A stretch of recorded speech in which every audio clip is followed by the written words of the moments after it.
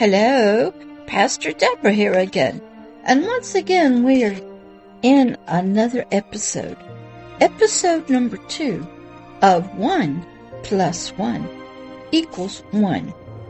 2 Become 1 podcast. This is a story about the greatest love that there ever has been and ever will be, called Agape. And it has traveled through eons of time, through history, through humanity, through the galaxies, and even through time itself, to reach you, to tell you about itself, so that you will no longer feel abandoned, depressed, enslaved in the darkness. And it has come, and it is here now, on the earth, and in all of the spiritual realm, and it will be here for all of time. Like it said, we are in episode number 2. This is a wonderful book that I was led to write years and years ago, when I was first beginning to study and understand the ministry of helping people, which is so different than helping people in the mental health community. Oh yeah, I was a licensed clinical mental health counselor in the state of Florida. And I was nationally certified as a clinical mental health counselor in the United States. Board certified. I had a graduate degree, a state license, under the Medical Quality Assurance Division. And then I was led into helping people the Lord's way, His kind of ministry, which I knew nothing about.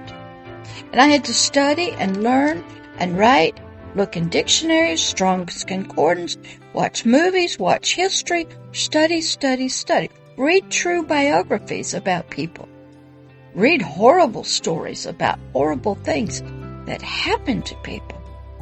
Then I had to believe that this was what God wanted me to do. I used to cry and cry for people all over the world, every age, because I knew they were hurting. They were lost, and they were in such darkness and enslaved by an evil, wicked king. His name is Satan, the king of the kingdom of darkness, spiritually. But I learned that there was a power more powerful than Satan's, and all of his demonic spirits, and all of his evil wickedness, and it was agape love. And once I got that, and I got full of it, I was able to breathe it out, speak it out, send it out from me, so that people could get reconnected to the source of the agape love, and to the agape love itself. So here in episode number 2 of 1 + 1 = 1, that's the new math I had to learn, 2 Become 1 podcast, we're going to pick up. And we're going to pick up out of the King James Authorized Bible, the one that I use because it has no commentaries in it from any religious person or denomination. It's just the straight translated words from Hebrew, Greek, maybe some Aramaic, and that's all. I used the Strong Concordance and the Webster's dictionary to help me. And we're going to pick up where we left off. And we were getting into the details, into the definition, into the source of and explanation of what agape love was and is still today. So we're going to pick up in 1 Corinthians 13, 1 through 13, and that's going to help us to tell us what agape love is and the definition of it and the deep recesses of it, so that we can understand it. It's not the normal human love for animals, for people, for nature, it's deeper than that. And we have to study it so that we can understand it as we are being touched by it. And this has been the greatest spiritual gift that was ever given. It's been displayed in many ways when one gives their life for another to save them. We see that all around when a soldier will lay on a grenade, a barbed wire, so others can go over and be free, or stay behind and be killed so that others can live. We see it when even in animals, when mothers will protect their babies. Agape love is in everything. It's in nature and animals. It's in people, but not as much as it should be. And only until you understand it can you get a grasp of its power. It's an everlasting covenant to humanity and how it has come to us and how it is to help us. So here in 1 Corinthians 13, 1 through 13, this is the Apostle Paul, an early apostle, means follower, disciple, of some guy named Christ Jesus. Paul used to be what you'd call a Jewish policeman. He was of the religious sect that was attacking these early disciples of this Christ because they were speaking and following this Christ instead of following the Jewish religion by the Jewish leaders. So Paul would go out and arrest them. Yeah.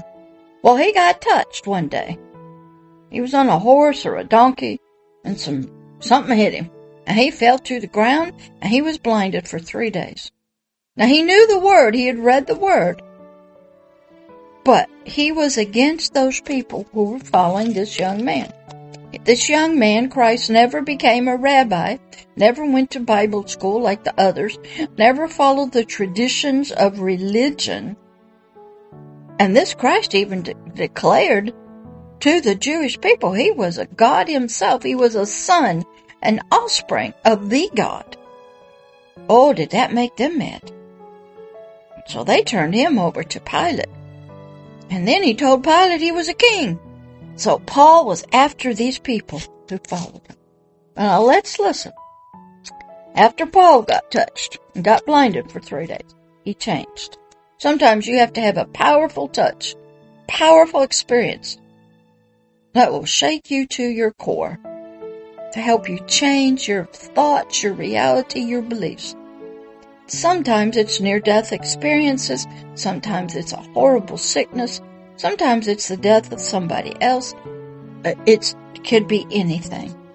So 1 Corinthians 13, verses 1 through 3. We'll see how far we can get. Verse number 1. This is Paul writing. Though I speak with the tongues, that means the language of men, I talk in their language, and of angels. Do you talk in the tongues or the language of angels? What does that mean? Well, I talk in the language of angels through the gift of discerning of spirits. I also talk their language. What does that mean? Well, that's a good question, and that's a good topic to study. The tongues of angels. But Paul is saying I can speak to men, I can speak to angels.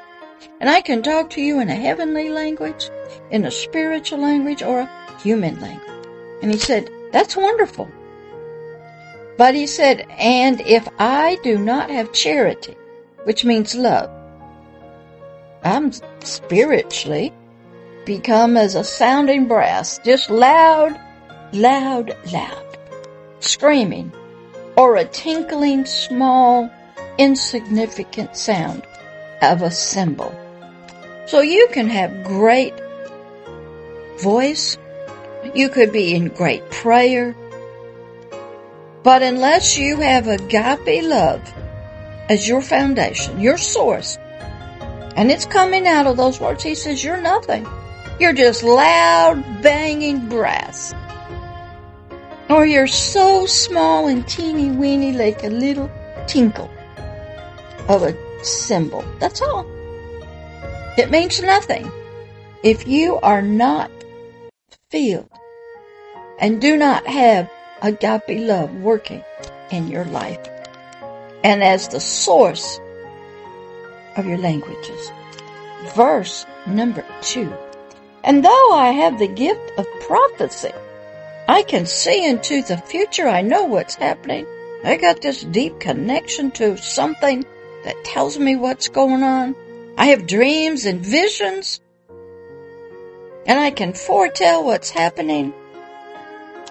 And I spiritually understand all spiritual mysteries. I have a lot of knowledge. I've studied, read, and all the spiritual knowledge.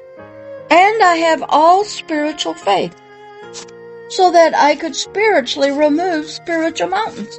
He said, even though I have all those skills and talents and powers and authorities, he said, and I have not charity, agape love, I am spiritually nothing.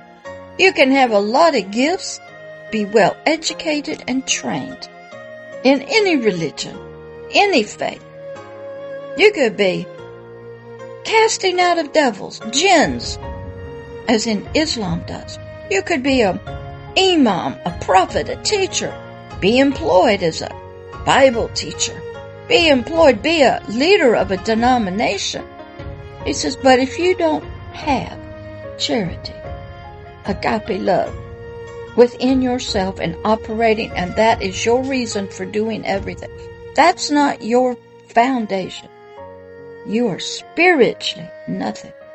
Now let's just stop there and let that sink in, because we're fixing to be taken to another scripture out of the King James Bible. I learned years ago, follow the scripture references. Look up the words in the Concordance and the Webster's dictionary. Stop, ponder. The word agape actually comes from the Greeks. It's not a human love. It's not your soulish love. It's something different. And Paul is saying you can be powerful, gifted, talented, have studied, got degrees, just like he was. He went to school to be a leader. He was considered a rabbi, a teacher, a learned one. He says you can do all that, but if you do not have agape love spiritually in your spirit, moving through and out of your soul, you are absolutely considered nothing in the eyes of the source of agape love. And I want to stop right there. It's not very far. But you have to see you can be talented, gifted, educated, prosperous, well-liked, and yet in the eyes of the source, the Father, the King of agape love, you are nothing. Do you understand that? Nothing.